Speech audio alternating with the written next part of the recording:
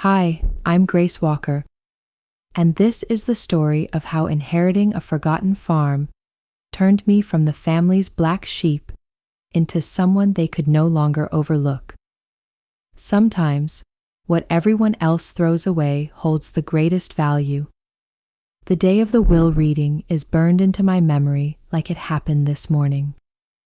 The air was thick inside the paneled law office as Mr. Blake, our family lawyer, adjusted his glasses and read my parents' final wishes.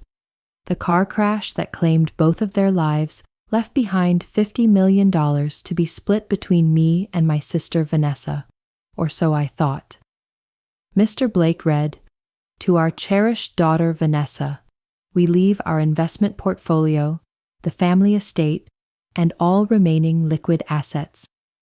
Vanessa smiled like a wolf in designer lipstick. Then his voice softened. "To Grace, we leave Grandpa Walker's old farm in Montana." The room froze. Then Vanessa's laughter echoed like glass shattering. "A farm?" she scoffed, her diamond-studded bracelet catkim the light. "Oh, of course. Grace always did like mud more than manners." I couldn't move. The farm, 200 acres of forgotten land, had been untouched since Grandpa died. Dad had always said it was worthless, refused to even set foot there. Now it was my future. "There must be some mistake," Aunt Evelyn blurted, her carefully painted brows furrowing with alarm. "This can't be right. Charles and Margaret would never leave their own daughter with a pile of dirt." Mr. Blake remained calm. "The will is explicit. The farm and everything on it is Grace's, without condition." Vanessa rose, adjusting her Chanel dress with exaggerated grace. "Well, little sister, enjoy your barns and dust. I've got real assets to manage." She paused at the doorway, flashing a smile sharp enough to cut glass. "Need a loan? I'm sure we can make arrangements. That's what family's for. Right?" I walked out of that suffocating office with a single envelope. Inside, a deed, a set of keys, and 1,000 unanswered questions. The next morning, I arrived to find 20 years of abandonment clinging to every surface like a second skin. The main house was a sagging 2-story ghost of a once-loved home. But the barn, tall, silent, and defiant against time, seemed to call to me. Grandpa Walker was many things: brilliant, reclusive, and undeniably strange. He made his fortune in mining engineering, then vanished into rural obscurity, spending his final years buried in the barn. Dad used to scoff that Grandpa had lost it, throwing away brilliance on a worthless patch of dirt. The barn door groaned open, resisting like it held back secrets. Sunlight pierced through cracked boards, catkim on layers of dust and ancient cobwebs. Rusted tools lined the corners, but something about the dimensions felt wrong. The inside felt smaller than it should have been, as if the barn was hiding something. I remembered, as a child, trailing Grandpa into this very barn and watched Kim vanish behind a secret wall. "Our little secret," he would whisper, with a conspiratorial wink. After he passed, the door vanished, like it never existed. Dad gave it one half-hearted search, then wrote it off as the ramblings of a senile old man. But I remembered the rhythm, the pattern. 3 knocks on the north wall, then pressed the 4th board from the bottom. My fingers trembled as muscle memory took over. Click. The wall creaked inward, revealing a stairwell swallowed in darkness. I flicked on my phone's flashlight and descended into a cavernous underground chamber. What waited below stole the air from my lungs. Maps, surveys, chemical tests. The entire room was a buried archive of scientific precision. In the center, a testing lab lay dormant under layers of cloth and dust. But it was the safe in the far corner that rewrote my life. The code was my birthday. Grandpa never forgot, neither did I. Inside were 2 things: a leather-bound journal and a USB stick that hummed with quiet importance. The first page read, "To Grace, the only one who ever truly listened." As I flipped through his precise, passionate pages, tears blurred my vision. Grandpa hadn't gone mad. He had uncovered something that could transform the mining world. The worthless farm sat atop one of the richest rare earth deposits in North America.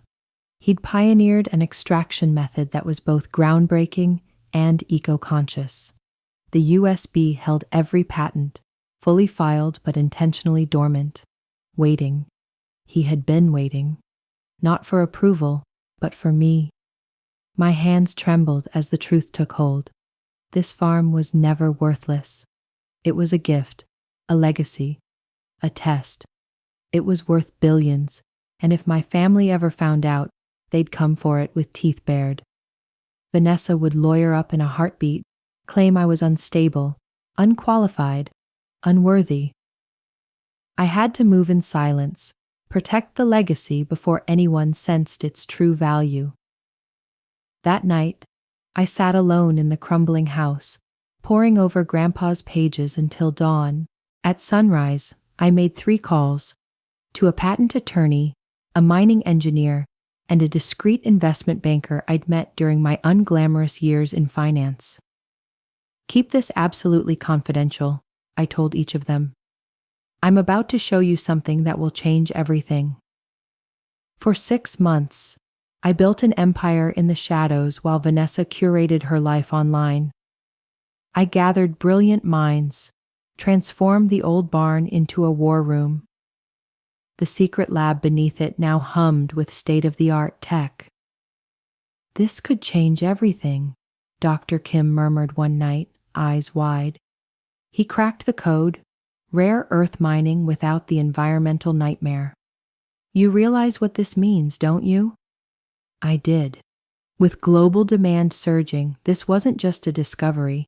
It was a literal and metaphorical gold mine. We quietly registered Walker Sustainable Resources, layered under a network of shell entities. I funneled my savings, quiet investments no one knew about, into Lon Kim operations. Every move was designed to keep Vanessa and the others blissfully ignorant. Then came Vanessa's wedding, an over-the-top spectacle hosted at the family estate. I almost didn't attend, but I knew skipping it would raise questions. "Grace," Vanessa sang with fake sweetness. "Still playing farm girl?" Her new husband, a hedge fund brat with too much gel in his hair, chuckled smugly. "It's been enlightening," I said evenly. "Say, how's your tech portfolio holding up?" Her smile twitched. Just a flicker. "Why?" she asked. "Oh, no reason. Just heard rare earth shortages are rattling the tech market. Figured you'd be feeling it." "I haven't looked lately," she mumbled, visibly rattled. "Might want to," I said, sipping champagne as I watched her composure crack. The next morning, as Vanessa flew off to the Maldives, we broke ground on our first extraction facility.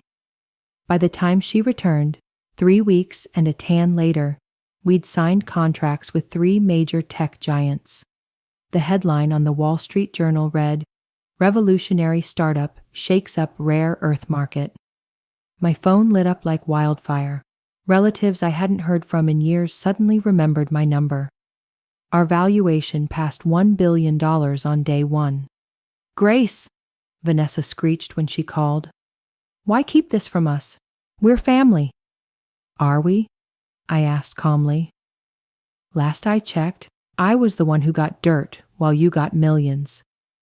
Chaos followed.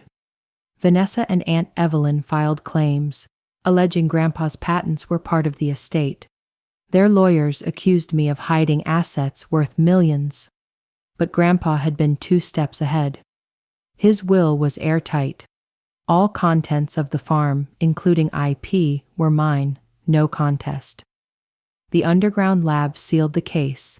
Everything was developed on site. The final blow came at a family meeting, hastily arranged by Aunt Evelyn. They gathered around the same table where they once laughed at my career in finance. "Try to understand," Vanessa begged, bracelets trembling. Dad would have wanted us all to benefit. I pulled Grandpa's journal from my bag, flipping to a page he'd marked just for this. To Grace, I read aloud, because you were the only one who saw beyond the dollar signs. You know what sets us apart, Vanessa? I said, snapping the journal shut. You inherited wealth, I clapped. I built mine. You tried to rip it away. We can work out a deal, she started, but I cut her off. Actually, no, we can't, I said, my voice cool. But here's some free advice.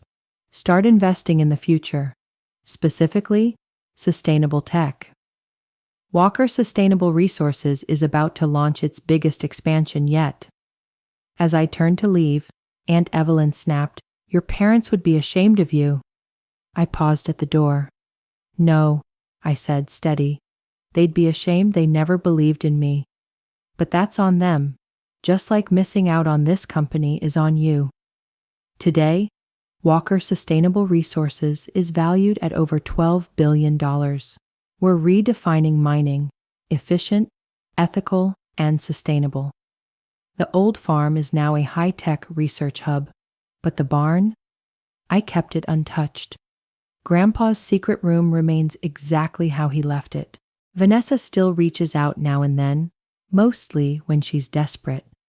Just last month she called, hoping to invest in our newest venture. My assistant politely forwarded her to our public investor hotline. The family mansion went on the market last month. Years of reckless spending finally caught up with Vanessa. I bought it quietly, through a shell company, and turned it into a science center for underprivileged kids. Yesterday, I was invited to speak at my high school's graduation. Topic: Finding value in the unexpected. I said yes on the spot. The speech is already writing itself. Because sometimes the greatest fortune isn't handed down. It's unearthed by those who dare to look deeper. As for the farm, I still live in Grandpa's house, restored but never erased. Every morning I visit the barn. I tap that hidden panel and smile, remembering the man who saw worth, both in the land and in me. They say success is the best revenge, but I've come to learn it was never about revenge. It's about building something lasting when no one believed you could. And sometimes the most valuable inheritance isn't money. It's the wisdom to see what others miss.